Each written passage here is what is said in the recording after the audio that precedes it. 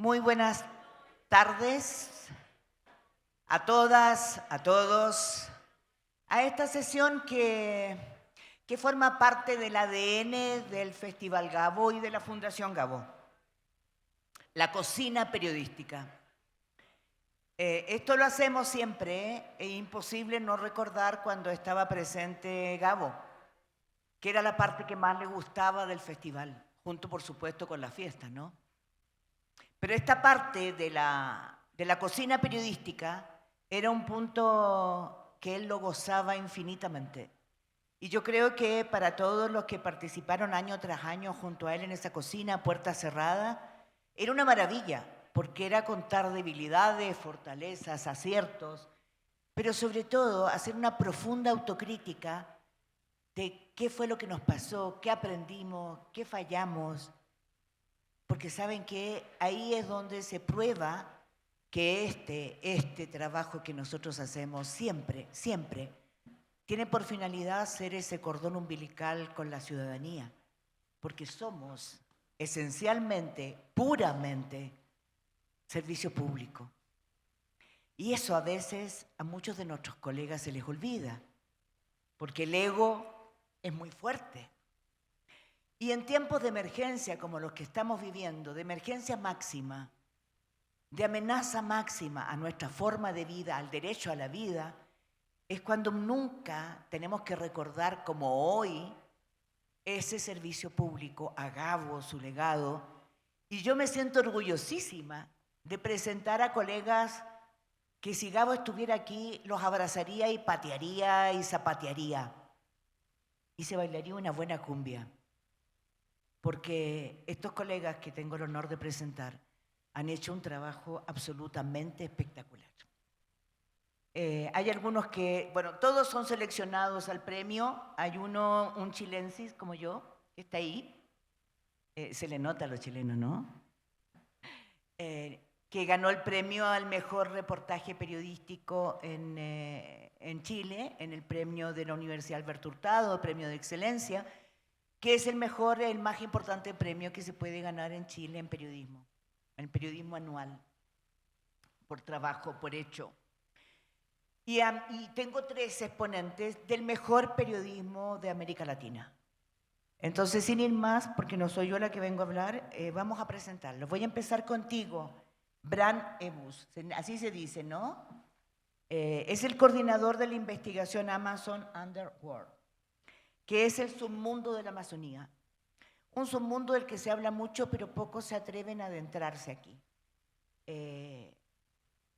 Tú ganaste el premio de la cobertura, que fue una gran emoción para tu equipo, porque es un tremendo equipo, es Brasil, Colombia y Venezuela. Se nos olvida y la gente no conoce en nuestro continente, y eso es terrible, que el Amazonas tiene 5 países, ¿no? ¿Ah? 9 países, pero hay 5 importantes, o sea, sí, en el sentido...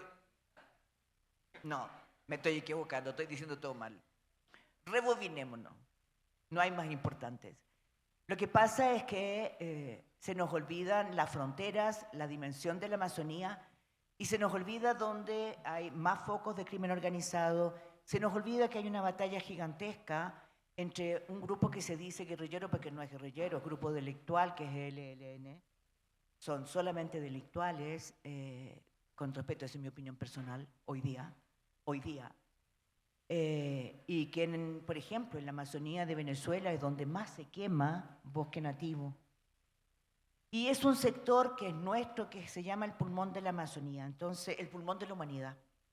Yo te quisiera preguntar, en este equipo en que participan 37 periodistas y profesionales de medios de comunicación, de 11 países, ¿no?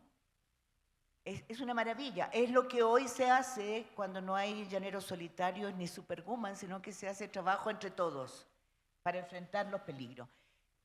¿Cómo deciden y por qué deciden emprender esta ruta durante año y medio? Por la Amazonía, sabiendo que es un tema peligroso. ¿Cómo deciden que es importante mostrar el crimen organizado, la minería ilegal, el tráfico, el crimen organizado en toda su dimensión, que no es solo y mucho menos tráfico de drogas? Vale, muchísimas gracias por la introducción, la pregunta y un saludo para todo el público. Gracias por venir. Nuestro proyecto de Amazon Arnold ya nace después de una serie de proyectos de colaboraciones periodísticas donde hemos asemblado equipos dependiendo del tema o la región. Por ejemplo, antes hemos trabajado sobre el tráfico de oro desde Venezuela, donde trabajamos con medios venezolanos, donde pudimos ir a las minas, pero también fuimos a los países de tránsito, Colombia, al Caribe, para poder cubrir rutas. Y también fuimos a Bélgica y Estados Unidos, Miami en particular, para poder estar en todas las partes de la cadena que importan. Bueno, Es decir, la cadena del dinero, ¿no? la cadena de suministro de oro, porque cazamos al oro desde la mina, desde su cuna, para las refinerías en Miami y Amberes. Pero en este proyecto de Amazon Arnold sentimos de muchas comunidades amazónicas que hubo una creciente demanda de información sobre quiénes son estos actores armados que entran a nuestros territorios y perpetran una violencia perpetua, dañando al ecosistema y las comunidades que albergan. Y nosotros tampoco no entendimos por qué todo el ecosistema amazónico cambió últimamente de manera drástica. Entonces decidimos que era necesario tener un equipo en diferentes países amazónicos que no únicamente tenía la capacidad de analizar, hacer mapas satelitales, hacer bases de datos, pero buscar las historias detrás de las cifras para entender las dinámicas criminales, también entrevistando los mismos narcotraficantes, mineros, pandilleros, guerrilleros, porque son personas de la Amazonía y tienen a veces razones muy válidas de por qué participan en el crimen organizado, pero era necesario de trabajar con periodistas también en la región que conocen los códigos culturales, que saben moverse para poder hacer esa tarea que Y fue entonces ahí donde deciden hacer una alianza entre Infoamazonía, que es de Brasil, Liga contra el Silencio de Colombia, Armando Info. Correcto. Y los otros países De trabajamos Venezuela. de Venezuela, pero también cubrimos otros países con periodistas independientes que agregamos a nuestro equipo. Y cuando tú dices, porque esto tiene mapas, ¿no? Esto es muy interesante porque esto es como un modelo para armar. Esto es la maravilla. Hay un trabajo que queda para todos los que quieran seguir investigando. Hay mapas, hay datos para seguir, para avanzar. ¿Por qué deciden hacer este tipo de modelo?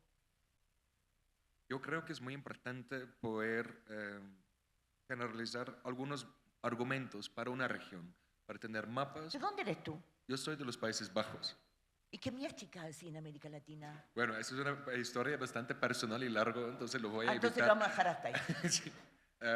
Pero yo creo que es importante el tema que hicimos nosotros de poder mapear y cuantificar para hacer un argumento desde arriba. Esto es el escenario amazónico, pero necesitamos también entender los protagonistas, ir, buscar casos emblemáticos y narrar detrás de las personas amazónicos. ¿Los encontraron?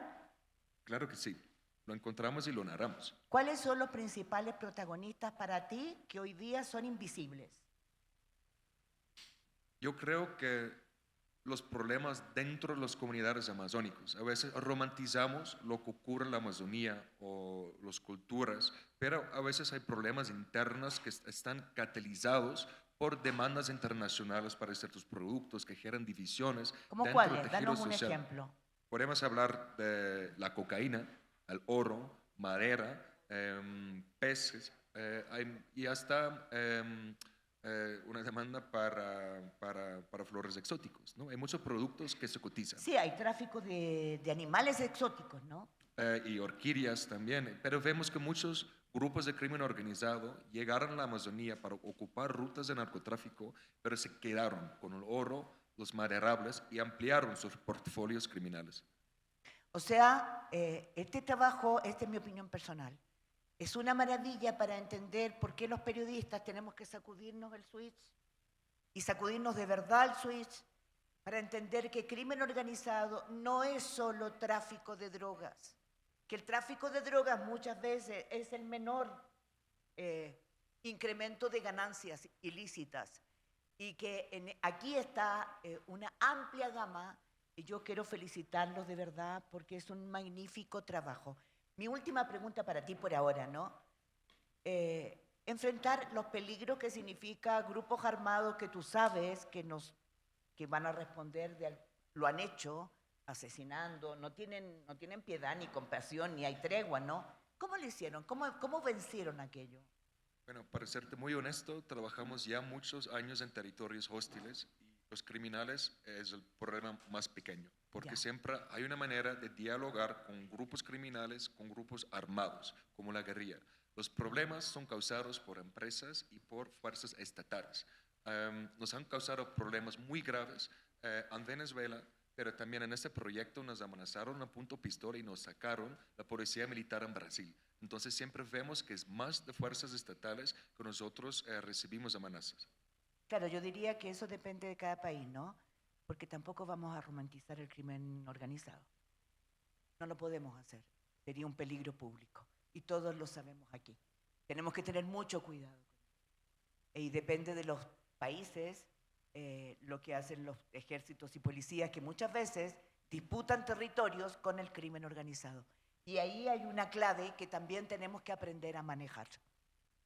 Yo quiero solamente recordar en este punto el discurso de nuestro gran premio de excelencia, José Rubén Zamora. Para los que no escucharon ni han leído su discurso, se los recomiendo. Eriza los pelos, te crea una convicción de lo importante hoy día que es esta profesión, y dice una frase maravillosa: el principal miedo que hay que vencer, que tenemos que vencer los periodistas, es a nosotros mismos. Voy a seguir contigo. Vamos a seguir con Natalia. Porque el Tren de Aragua, Natalia Herrera, el Tren de Aragua lo conocemos en varios países también, en América Latina, porque se fue extendiendo desde Venezuela y fue expandiendo con su negocio nuevamente crimen organizado, que no es tráfico de drogas solamente, o principalmente aquí hay secuestros, extorsiones, contrabando. Por favor, no sigan llamando contrabandistas a las personas que están vendiendo cositas. No, es crimen organizado. La evasión fiscal es brutal. Y tráfico de mujeres.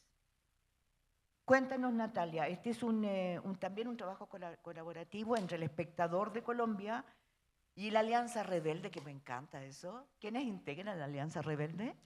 Bueno, sí, este es un trabajo que hicimos en El Espectador en coordinación con Rona Ríquez. Rona Ríquez acababa de publicar por esos días, o estaba a punto de publicar, su libro sobre el Tren de Aragua. Rona fue la que coordinó el equipo de Venezuela de periodistas, también mujeres venezolanas, que se metieron también a entender el fenómeno de la trata de personas con fines de explotación sexual de estas niñas y mujeres que estaban migrando y que la única puerta que no se les cerraba nunca era el burdel. Y cómo empezamos también a darnos cuenta que detrás de ese burdel lo que había también era crimen organizado, y específicamente en la frontera que analizamos fuertemente se las disputaban entre el ELN y el Tren de Aragua.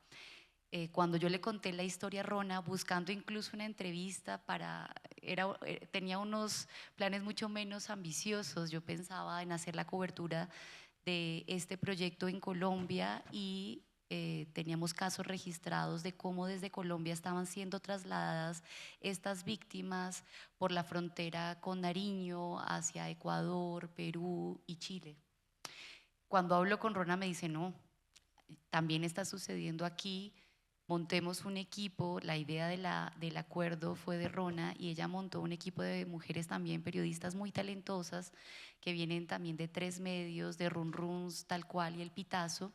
Ahí está, no me sé el nombre de todas, pero puedo decir, está Lorena, está Sheila, está Liz, Rona.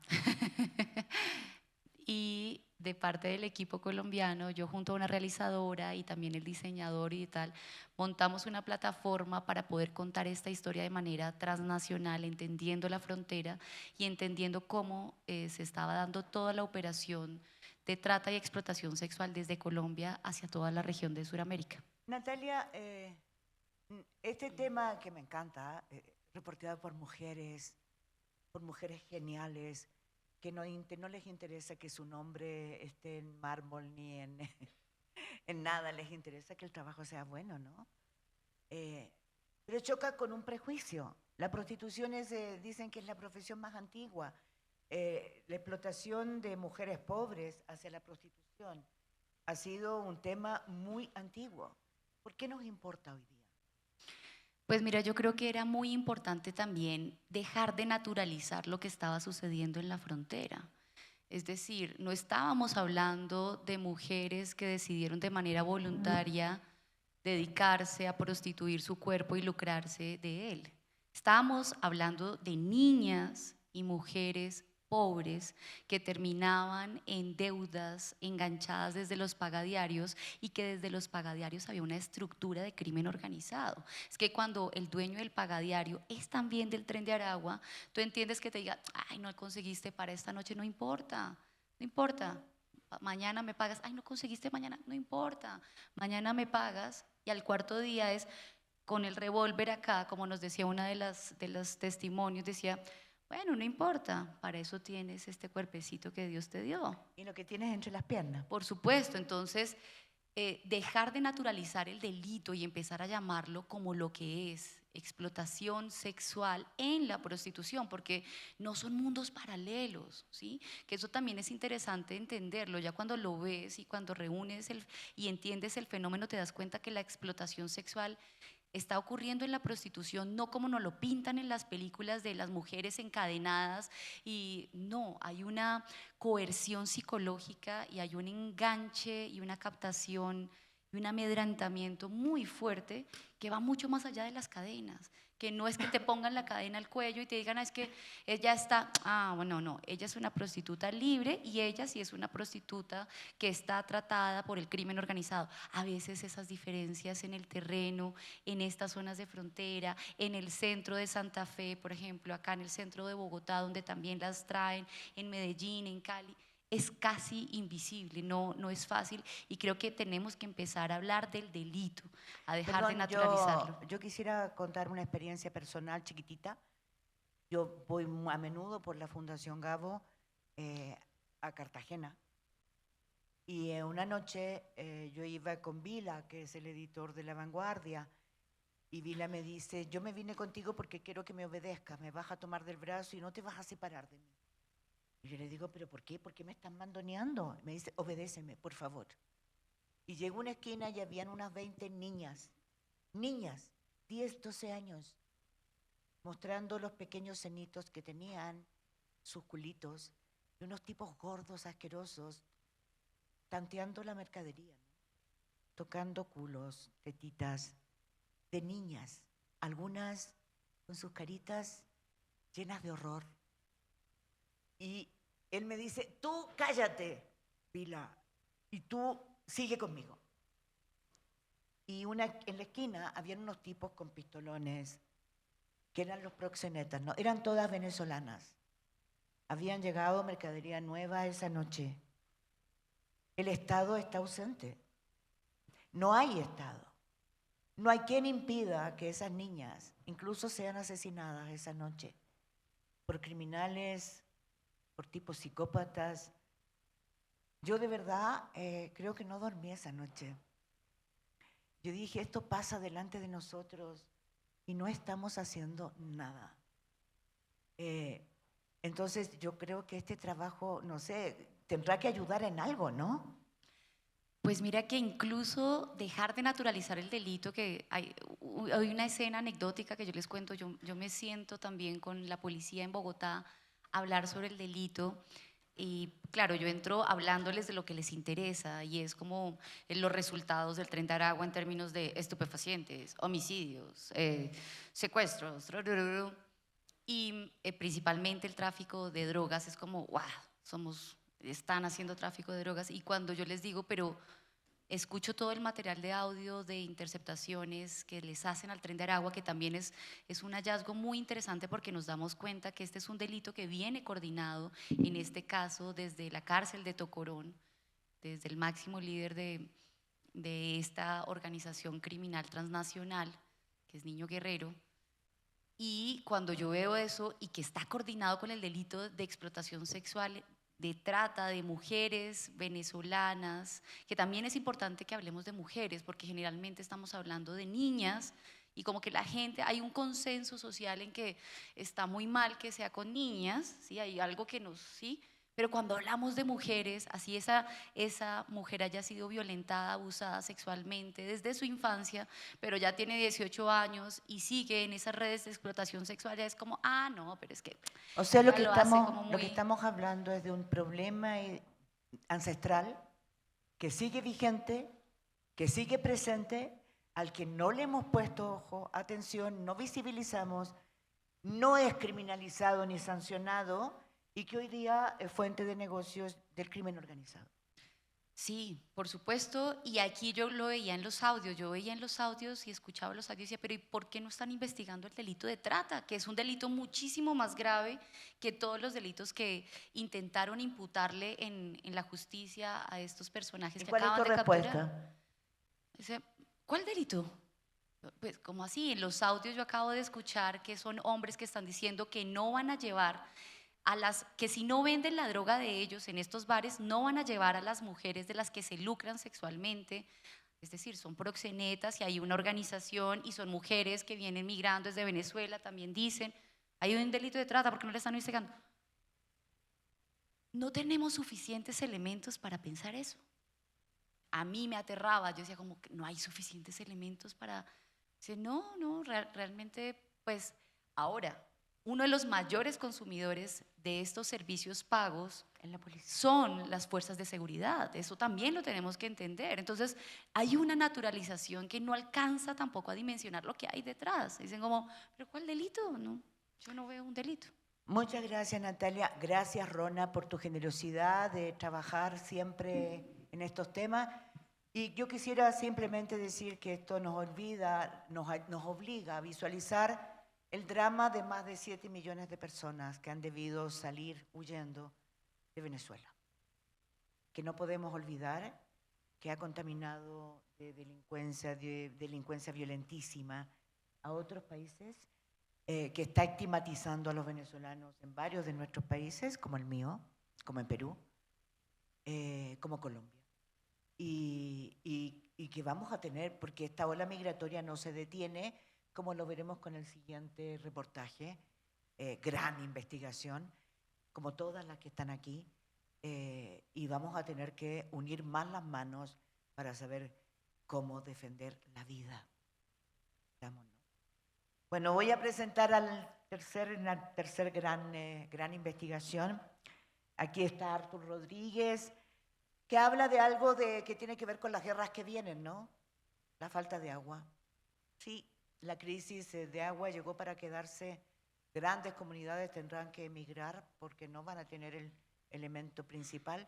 Pero aquí lo interesante, en este trabajo que se hizo para el gran diario, el tremendo diario brasileño Folha de Sao Paulo, qué increíble que haga estas investigaciones, bravo, es que aquí se descubre en la investigación que hacen ustedes como una máquina corrupta de congresistas en el Parlamento hacen indicaciones que dejan sin agua a comunidades de 5 estados del norte, ¿no? Sim, todo o semiárido de Brasil. Nós empezamos esta reportagem porque nós vimos que os congressistas usavam os tanques de água, poços, para fazer propaganda para eles. E nós também sabemos que eles têm fundos sem precedentes hoje. O Brasil hoje o Congresso tem poder como nunca.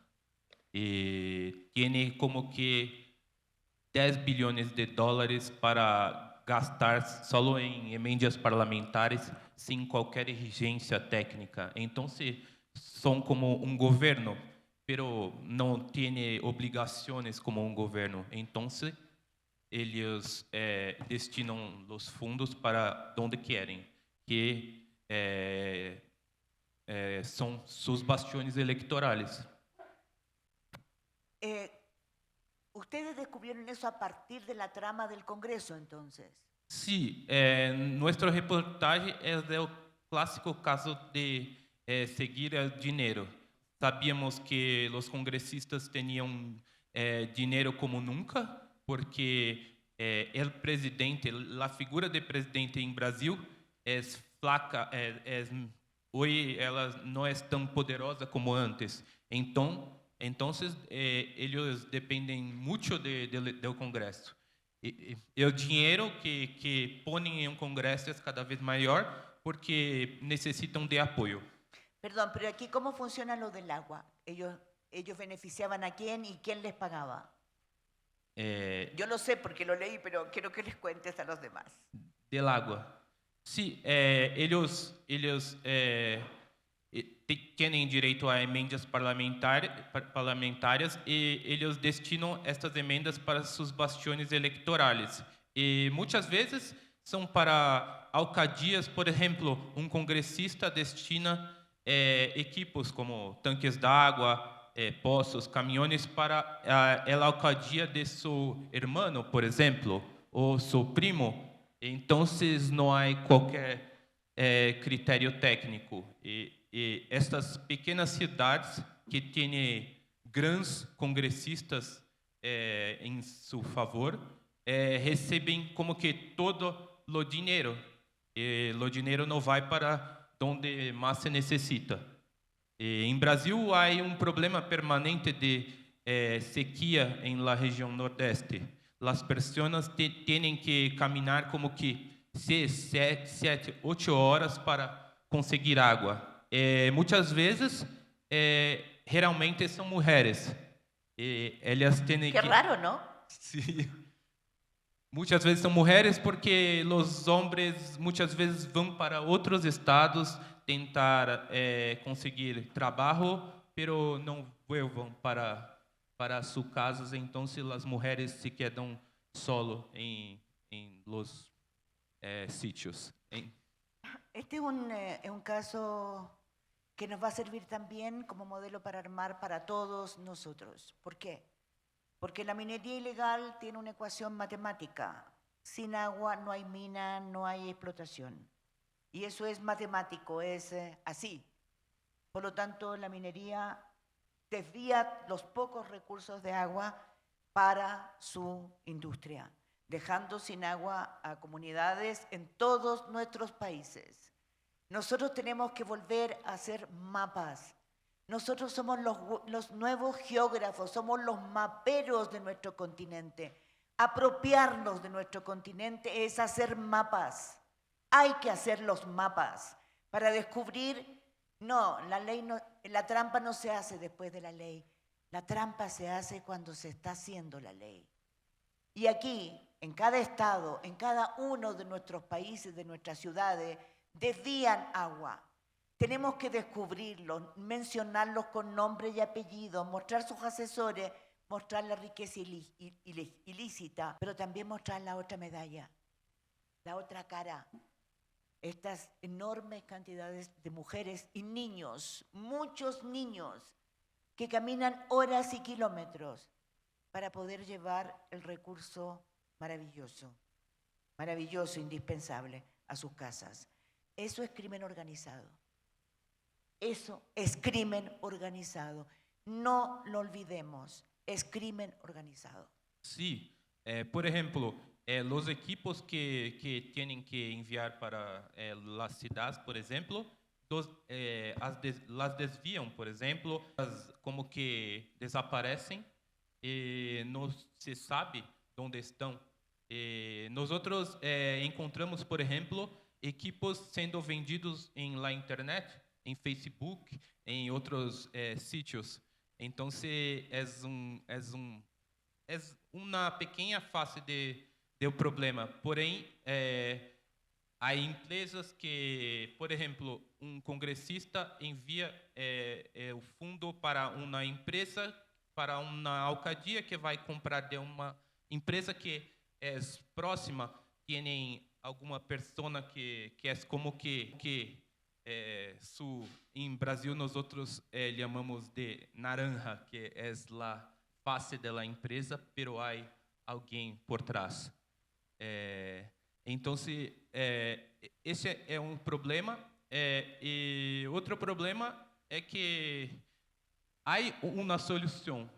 Em Festival Gabo, eu he assistido charlas sobre periodismo de soluções, né? E as soluções, há equipo chamado cisterna que capta a água da lluvia. Pero havia programa muito grande de cisternas que dava independência para as pessoas.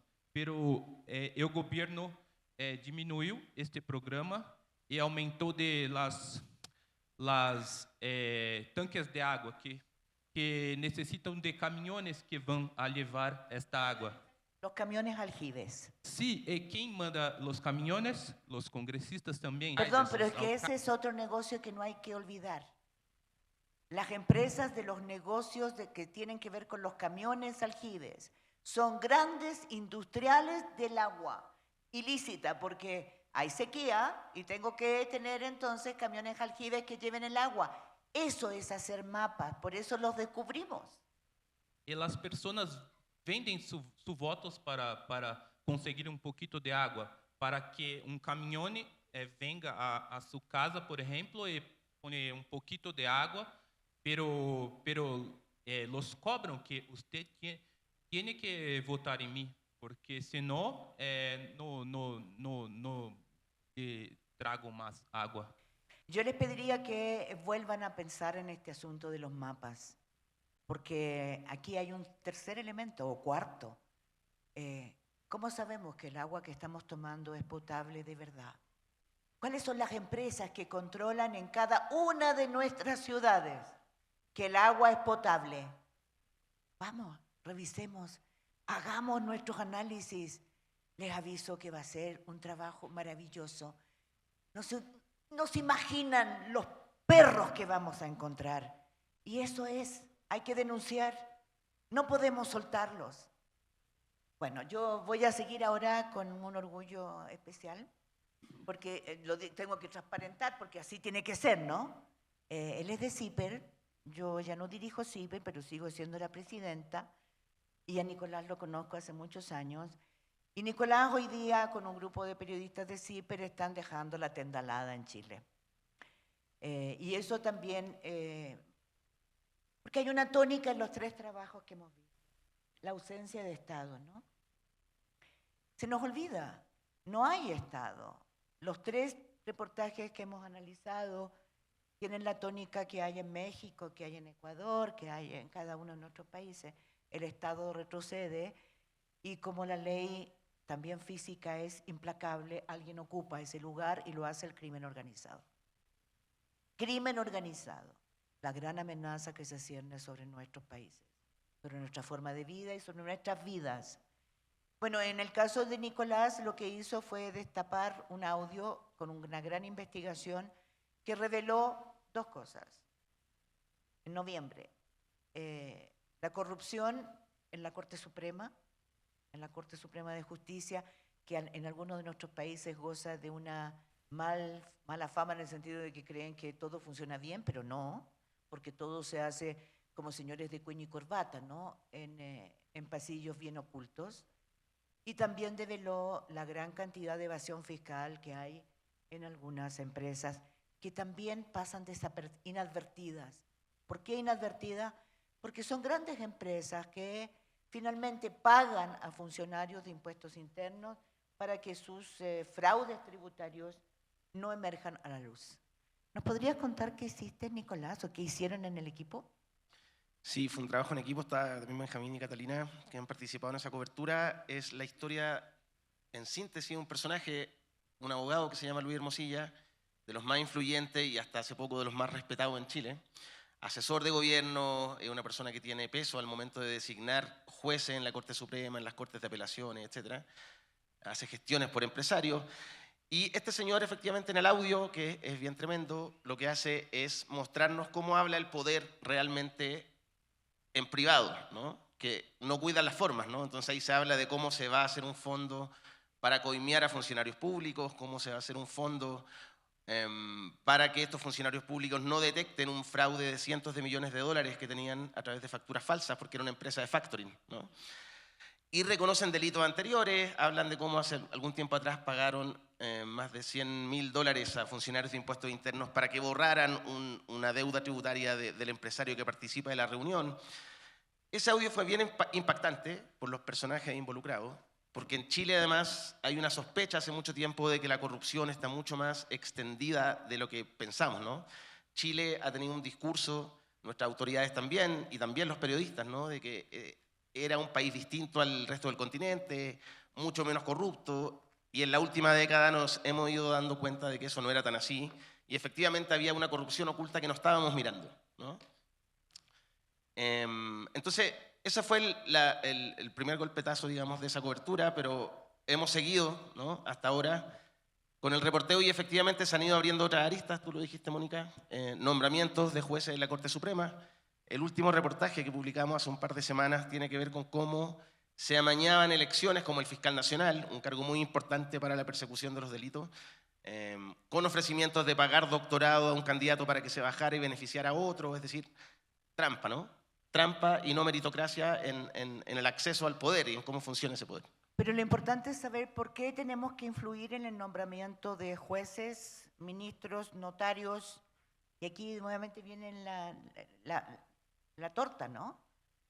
Nos importa porque nos van a ayudar en el momento de que lleguen nuestros clientes al banquillo a que salgan libres, es decir, a consagrar la impunidad, palabra que conocemos todos en nuestros países, ¿o no? Esa es la canción, tiene un título en nuestro continente, se llama Impunidad.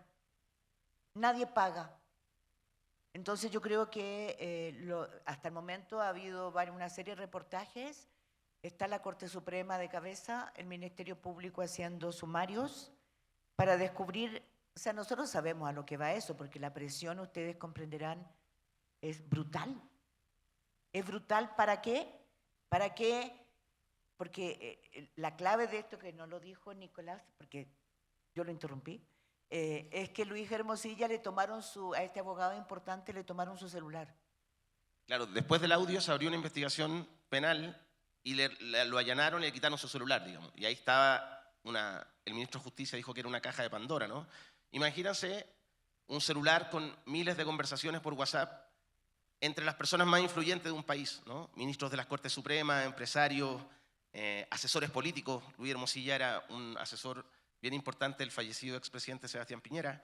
Entonces, es el corazón de la trama del poder, de cómo se amañan, les decía, no solo en los nombramientos judiciales, también cómo se arreglan procesos en las cortes cuando tienen que ver con grandes empresarios, ¿no? Cómo se les perdonan multas tributarias, coimiendo funcionarios públicos. Entonces, efectivamente, es una trama que en Chile tiene a la élite con mucho miedo y es muy compleja porque la Fiscalía ya ha abierto, creo que son 2 o 3 investigaciones penales que avanzan en paralelo, pero a la vez los fiscales también están involucrados, ¿no? Les decía que lo que revelamos tiene que ver con que ahora lo último, con cómo se arreglaban y se ofrecían coimas a candidatos a la Fiscalía Nacional. Luis Hermosilla también influía en nombramientos de fiscales regionales. Entonces la Fiscalía que tiene que investigar también es parte de estas operaciones. Y lo mismo la Corte Suprema, ¿no? Mónica conoce la historia, ha sido a tirones, ¿no? La Corte Suprema primero dijo, no, mira, lo que están diciendo es normal, la gente tiene que dialogar, pero no estábamos hablando de diálogo, estábamos hablando de cómo se hacían trampas y cómo eventualmente hay pagos, ¿no? Por ciertos fallos para beneficiar a algunas personas y no a otras, ¿no? Acceso desigual a la justicia, y ahora se vieron obligados a abrir una investigación. Entonces, todo es así como cuesta mucho, ¿no? Aquí viene la hipocresía y la cooptación de periodistas. Porque cuando hay mucha gente involucrada del poder real, el poder real en la sombra, empresas, abogados, los abogados que siempre son como abogados nomás, no, son grandes ingenieros de evasión tributaria, son los grandes ingenieros de la impunidad.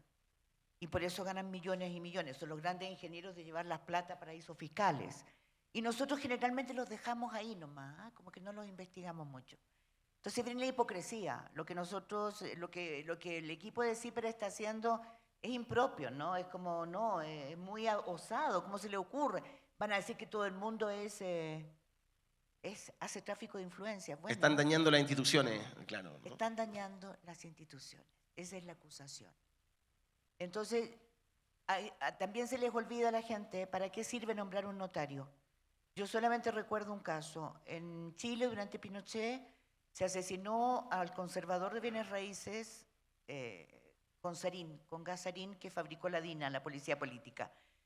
Y lo asesinó con sarín porque no quiso traspasar propiedades de presos políticos, desaparecidos y otras a gente de la DINA para hacer negocio en la DINA y financiar sus crímenes. Y lo asesinaron con sarín. Hay un caso muy bonito porque en la investigación que yo hice el tipo dijo, dejé, que cuando se habían ido del departamento, dejé un frasquito de perfume Dior en el velador. Y dijeron, ya es muy tarde, no podemos. Cuando 18 años más tarde se abrió el expediente, las fotografías que tomó investigaciones, estaba el frasquito del perfume Dior en el velador. ¿Para qué se hace entonces esto? Crimen organizado, para blanquear dineros. Por lo tanto, los nombramientos de notario en todos nuestros países tienen que ser transparentes, tienen que ser examinados y vigilados por los periodistas. Yo quisiera, en el poco tiempo que nos va quedando, abrir el micrófono. ¿Podemos? ¿Alguien puede llevar micrófono abajo? Porque creo que aquí hay mucha gente con ojitos, con ganas de hacer preguntas, con curiosidad, y me encantaría, lindo, Andrés, precioso, que levantaran la mano, se presenten y hagan preguntas a los 4 periodistas, grandes periodistas que tenemos aquí. Andrés, allá hay. Bueno. ¿Alguien quiere? Si no, seguimos, ¿ah? Hay mucho que hablar, pero yo pensé que era bonito darles la palabra a ustedes. ¿Nadie quiere preguntar nada? Aquí hay una persona. Sin miedo, ¿ah? Hola, me gustaría que cada uno me dijera cómo consigue el foco específico del tema que quieren investigar. ¿Cómo te llamas? Lorena Meléndez. ¿Cómo consiguen ese foco y qué los hace tener ese foco y descartar otros? Qué buena pregunta de periodista. Esto es la cocina periodística, ¿se fijan? Eso es exactamente la cocina. ¿Quién comienza a responder? ¿Tú? No creo que tenía opciones aquí, pero... ¡Qué horror! Creo que en nuestro caso del proyecto de Amazon Unworld, hemos estado viajando siempre, visitando, trabajando con periodistas que conocen sus respectivas partes de la Amazonía. Esto nos permite siempre tener sensores en el territorio y yo creo que lo más importante es siempre escuchar a la gente y nunca como ir para una historia y salir de nuevo para escribirlo, pero escuchar un poco más, no acabar la entrevista después de 20 minutos, pero... O sea, tu foco a veces ha cambiado. Siempre se cambian y yo creo que muchas veces volvemos de un viaje con más ideas de reportajes, ¿no? Y en nuestra serie de Amazon Unworld hay una variedad de artículos de temas diferentes que tiene igual un hilo rojo que es crimen transfronterizo y delitos ambientales, pero hay enfoques a veces nuevos, ¿no? Como el papel de la espiritualidad al narcotráfico o los voces de comunidades donde hay unos problemas internos que quizás no podemos cubrir si entramos y salimos rápido. Entonces yo creo que estar ahí nos permite identificar nuevas tendencias y temas y después volver a cubrirlo bien. En nuestro caso, nosotros empezamos nuestro reportaje con los datos. Yo pienso que los datos geralmente son el inicio. Muchas veces algunos periodistas piensan que son toda la reportaje, pero para mí es solo el inicio. Nosotros empezamos a investigar los datos de las enmiendas parlamentarias y comenzamos a procurar como que outras informações. E nosotros encontramos dados de sitios que más necesitaban dos equipos de agua.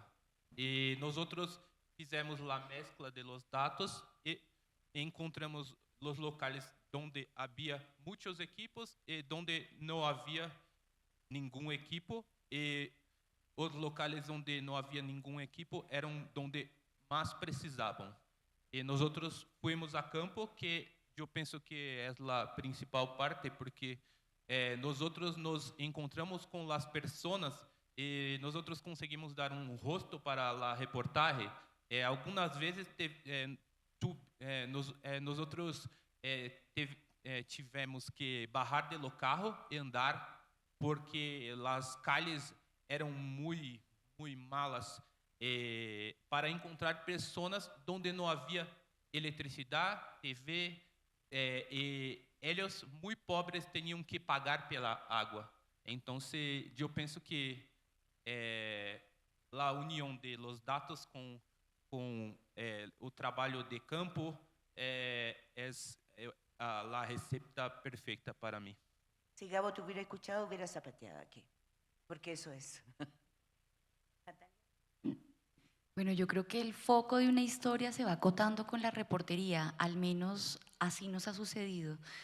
En este caso específicamente empezó con una observación y es una observación en Colombia, específicamente en el Santa Fe, que es uno de los barrios de alto impacto de la prostitución, y empezó incluso hace ya unos 5 años que empezamos a recibir también testimonios de que las mujeres que estaban en prostitución dejaron de ser colombianas pobres para pasar a ser venezolanas. Casi en su mayoría. Yo dije, ¿qué está pasando? Siempre llegaban al mismo punto. Entonces dijimos, bueno, claro, el fenómeno migratorio. Claro, yo decía, pero ahí había crimen organizado. Empezar a recibir como eso y ya luego acotarlo, que creo que también fue muy importante, entender que si bien hay varias organizaciones de crimen organizado que se están disputando a estas niñas y mujeres venezolanas que migran en condiciones de desigualdad y pobreza, el Tren de Aragua tenía un gran interés en este delito y venía también desde Venezuela, ¿no? Entonces, ver que había una seria disputa por esas niñas y mujeres venezolanas y empezar a escuchar otra vez el nombre Tren de Aragua, dijimos, no, acá tenemos que enfocarlo en esta organización criminal, no porque no haya otras que también se las estén disputando en todo el territorio, no solo en Colombia, en Venezuela y en otros países de la región, sino porque estos lo estaban haciendo además de métodos muy específicos y particulares y entraban muchas veces desde esa familiaridad de que también eran venezolanos. Sí, estoy de acuerdo en que el foco siempre va cambiando a medida que avanza el reporteo, ¿no? Y se va modificando tal vez nuestra hipótesis inicial y van apareciendo otros escenarios y otros personajes. En nuestro caso, la investigación partió, como les decía, con este abogado que ahora sabemos que es corrupto, Luis Hermosilla, pero en el fondo él y su celular fueron una puerta de entrada a otras temáticas relacionadas con el poder, como el funcionamiento del poder en Chile, ¿no? Y ahí el foco ha ido cambiando. Por ejemplo, sabemos, tenemos la certeza, porque mucha gente nos ha dicho, personas confiables, que hay un grupo corrupto que funciona en la Corte Suprema, que vende fallos, etc. Entonces, nuestro foco de investigación, por supuesto, es ese. No necesariamente vamos a publicar esa historia si es que no podemos probarla, ¿no? Pero para poder comprobar ese foco, y qué es lo que estamos investigando, tenemos una base de datos con el levantamiento patrimonial de cada uno de los ministros de la Corte Suprema, de sus esposas, de sus familias, qué casas tienen, etcétera, etcétera, ¿no? Lo que siempre hacemos en investigación, que es seguir el dinero y ver por dónde eventualmente entran las coimas en el Poder Judicial. Eso, yo creo. Sí, hay 2 personas, una y otra más. ¿Dónde están el micrófono? Ay, se nos fueron los... Allá. Ah, hay una mujer primero. Hola, ¿cómo están? Mi nombre es Luana Victoria Delgado Niño, tengo 13 años de edad, premio departamental de periodismo. Bueno, yo estaba acá escuchando a las grandes personas, un próximo ejemplo a seguir realmente. No te escuchamos bien. ¿No me escuchan bien? No. ¿Aquí sí me escuchan bien? Ahí sí.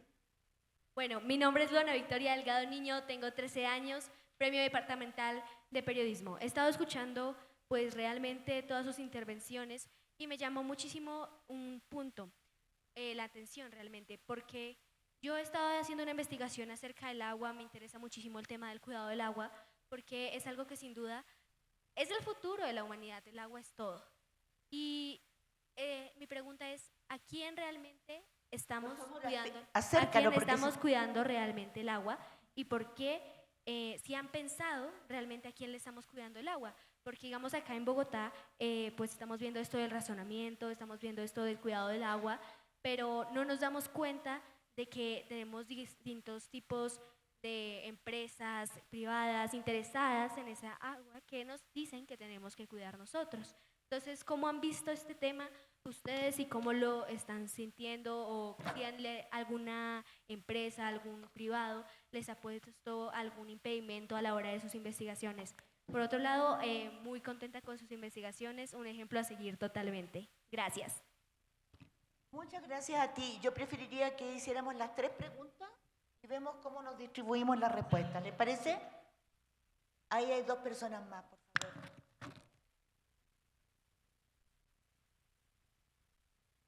Hola, buenas tardes. Mi nombre es Juan David López. Quisiera pedirles que nos cuenten un poco sobre el nudo de sus investigaciones, como un asunto de método. ¿Cuál fue el punto de estaban dependiendo de un dato que no conseguían y sin el cual no podían publicar, y qué hicieron frente a eso? El nudo y cómo lo resolvieron. ¿Entendieron? ¿Entendieron? Perdón, colega, la pregunta es, en el fondo, es ¿cómo resolvimos nuestros reportajes cuando dependíamos de un dato? ¿Cómo Sí. resolvimos comprobar ese dato, ¿no? Para poder publicar. ¿Cuál fue el punto en el que siempre ocurre, en el que sus investigaciones se bloquearon, se detuvieron, se vieron obstaculizadas porque había algo que no conseguían, algo que les hacía falta para publicar, y cómo lo resolvieron en cada caso? ¿La otra? Hola, buen día. Mi nombre es Alexander Campos, soy periodista de Colombia Check y periodista de investigación interesado en datos. Y precisamente hoy con Arthur, lo que dijiste de empezar con los datos, quisiera si podías profundizar en la parte de llegar a campo. Uno parte, digamos, cuando cruza datos con la hipótesis, pero cuando llegas a campo, ¿cómo, digamos, qué herramientas usas o cómo hablan con la gente, cómo llegan con las fuentes para comprobar o replantear la hipótesis? ¿Y alguna más? ¿Una más? Allá abajo, allá atrás. La última. Hola, buenas tardes. Mi nombre es Michelle Carrer, soy periodista en Mongabay. Quería preguntarle a Abraham cómo en la práctica se aseguraron de proteger a sus fuentes en el terreno. Y quería preguntarle también cuántos testimonios necesitaron para comprobar en cada uno de los lugares donde estuvieron cuál era el grupo armado que estaba presente en el territorio.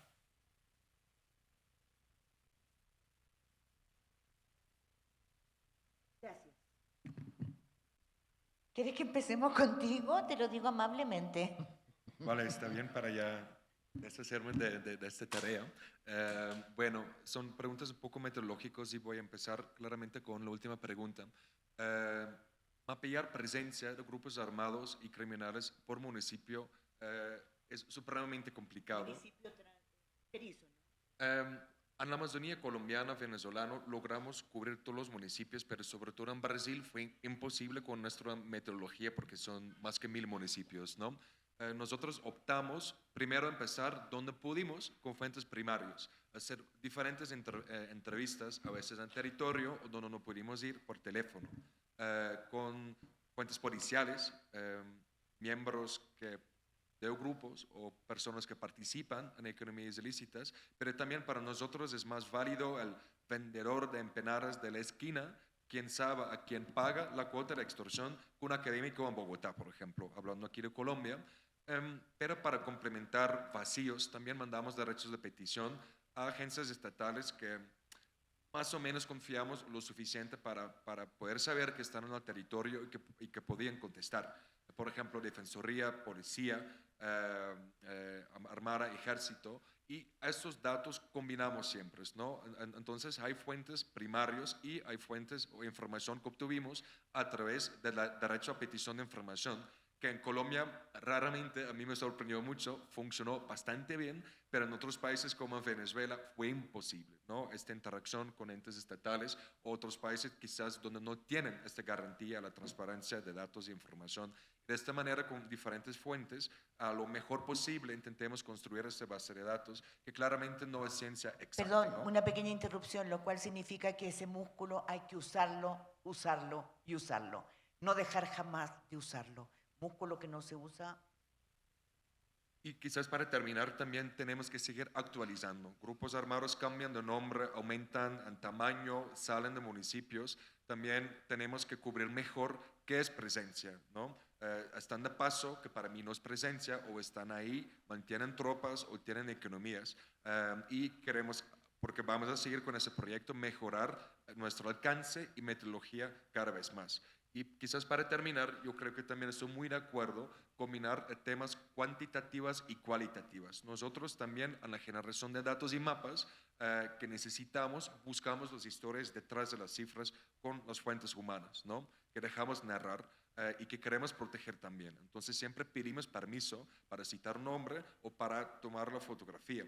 A veces cuando nos dan permiso decidimos igual no publicar nombre porque consideramos nosotros que no es responsable y como que estamos cubriendo economías ilícitas, nos tocó anonimizar muchas personas porque nos están hablando sobre sus delitos o siendo víctimas, estando todavía en situaciones de riesgo. Entonces yo creo que nosotros por un lado usamos lo que encontramos en campo para empezar a narrar la historia y buscamos datos. Pero también puede ser al revés.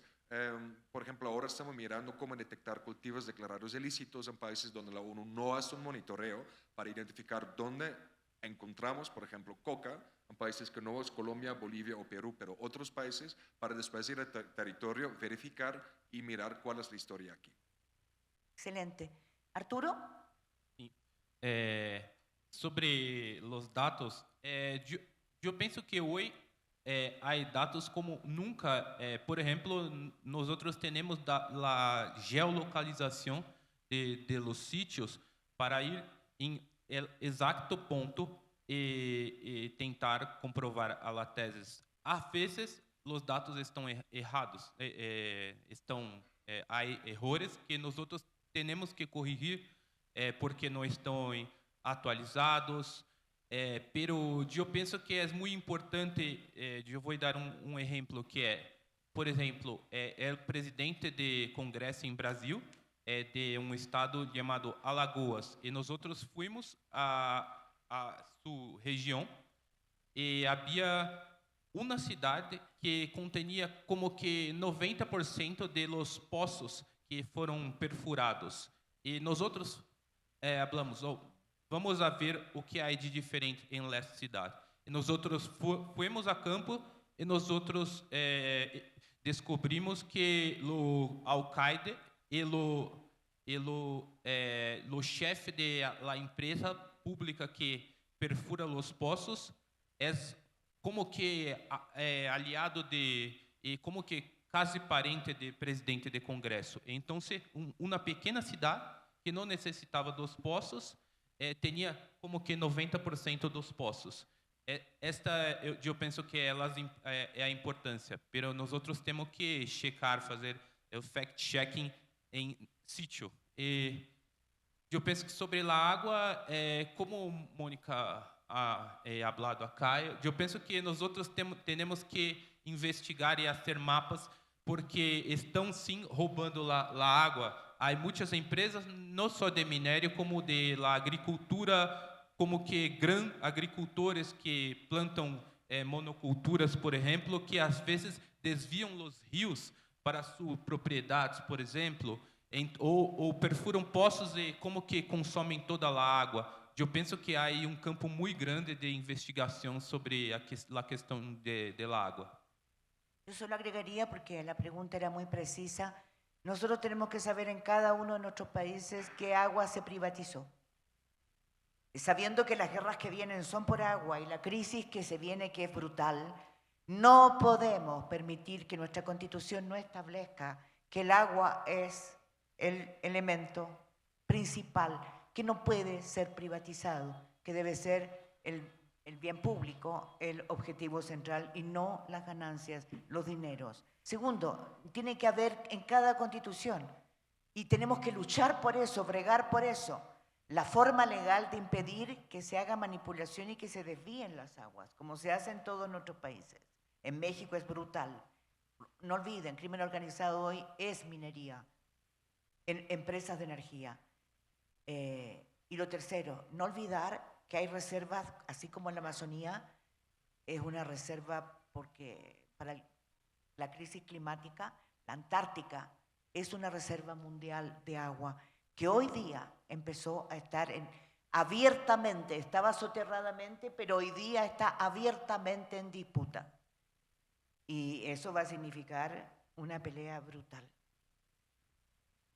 Dejamos para el final a Natalia.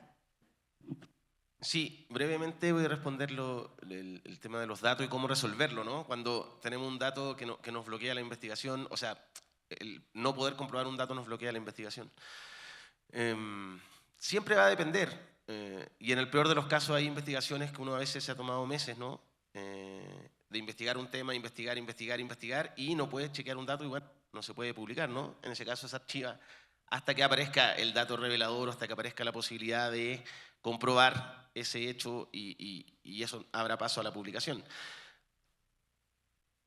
Están las filtraciones, están los documentos que conseguimos vía transparencia, están algún dato que podemos mirar en documentos, pero también está, y yo creo que puede ser una buena carta, ¿no?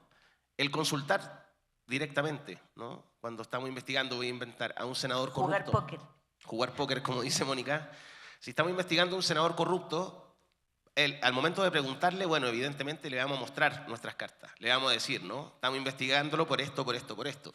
Y ahí es una apuesta, porque esa persona puede mentirte, pero si le da miedo mentir, puede reconocer la situación, bueno, y en esa respuesta te va a confirmar y te va a chequear el dato. Y eso te habilita a publicar, ¿no? Entonces siempre va a depender. Yo creo que ahí hay que tener como flexibilidad al momento de la investigación. Natalia.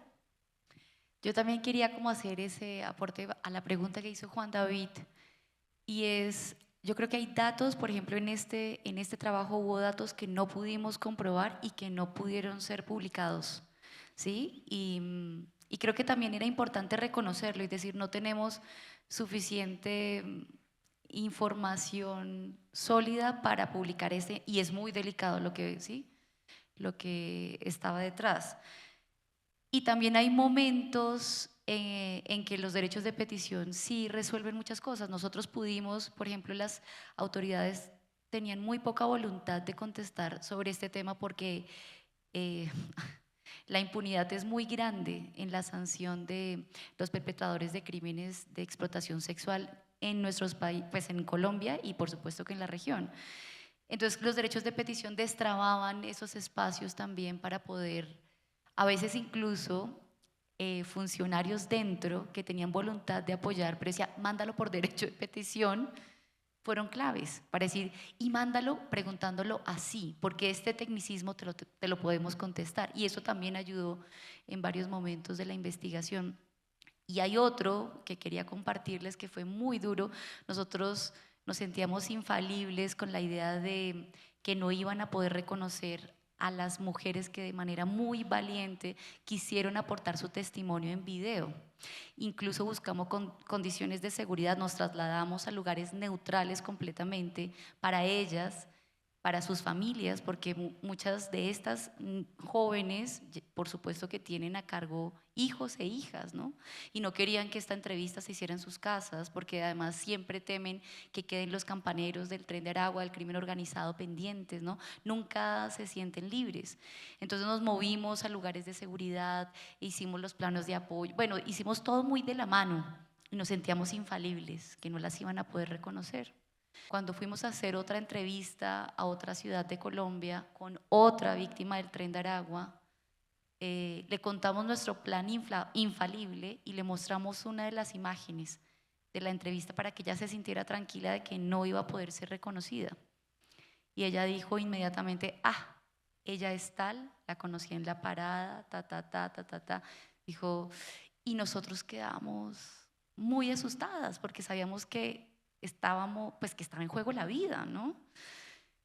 Y yo me acuerdo que con la realizadora quedamos en silencio completamente durante minutos como diciendo, no sabemos si esto va a ser posible de publicarlo, porque si es la vida, pues no nos interesa que esté en riesgo la vida. Y encontramos como que la realizadora tomó fuerzas y encontró el camino de decir, bueno, ¿por qué la reconociste? No, porque en la prostitución nos conocemos el cuerpo más que en cualquier otro lugar. Y pues en las redes de explotación sexual el cuerpo son cosas mínimas y la había reconocido porque en un plano pequeñito salía una cicatriz en un dedo, en una de las falanges de un dedo. Y dijimos, pucha, no, ahí no, no puede ser las manos. O sea, empezamos a entender como también otras cosas que no habíamos visto, ¿sí? Pensando en que era solo la cara, era de pronto les pusimos otra ropa, les cambiamos, incluso las peinamos de manera distinta, incluso llevamos ropa nuestra para que no fueran ni siquiera ropas de ellas que casi no se ponían, sino otras cosas. Y de la mano de ellas pudimos entender que cuando son testimonios tan delicados que exponen la vida de las víctimas, hasta el último momento hay que ir con ellas, de verdad, o sea, hasta el último momento incluso que te digan, ¿sabes qué? No. Y tener como la dignidad y la ética suficiente para decir, no se publica. Y así pasó, incluso varios de los que estaban en videos dijo, no, y no, esos videos no se publicaron. Entonces creo que puede ser por ahí. Sí, claro. Muy corto, en Chile también ha pasado esto de las bandas, principalmente venezolanas, también el Tren de Aragua, de explotación sexual de mujeres. Y efectivamente hay un tema ahí muy complejo, que lo que decía la colega recién, ¿no? Nos tocó una historia porque hay un plan, un programa de la Fiscalía en Chile, no sé, sería interesante ver qué pasa en otros países, de las víctimas de explotación sexual que van a contar y denuncian a la justicia. En Chile las están reubicando en otros países, ¿no? Como testigos protegidos, ¿no? Financiados por el Estado.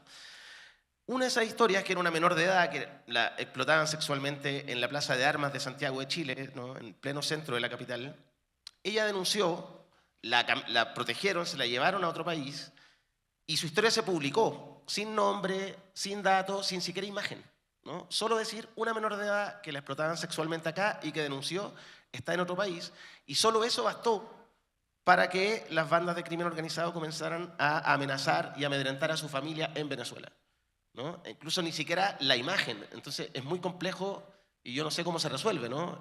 Finalmente ese reporteo y cómo contar esa historia sin poner en riesgo la vida de la víctima.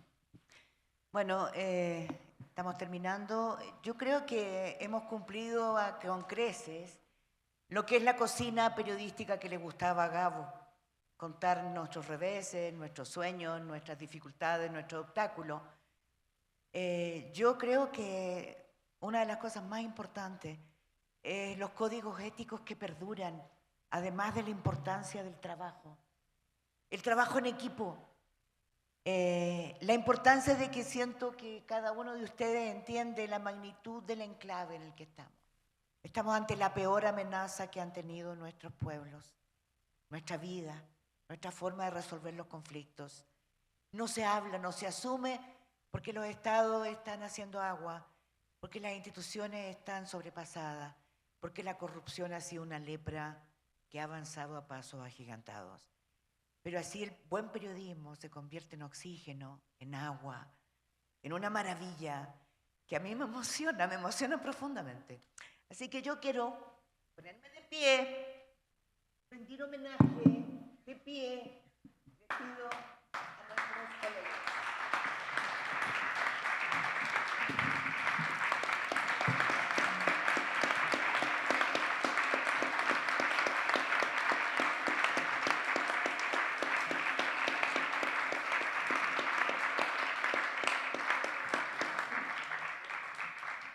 Muchas gracias y sigamos con el festival.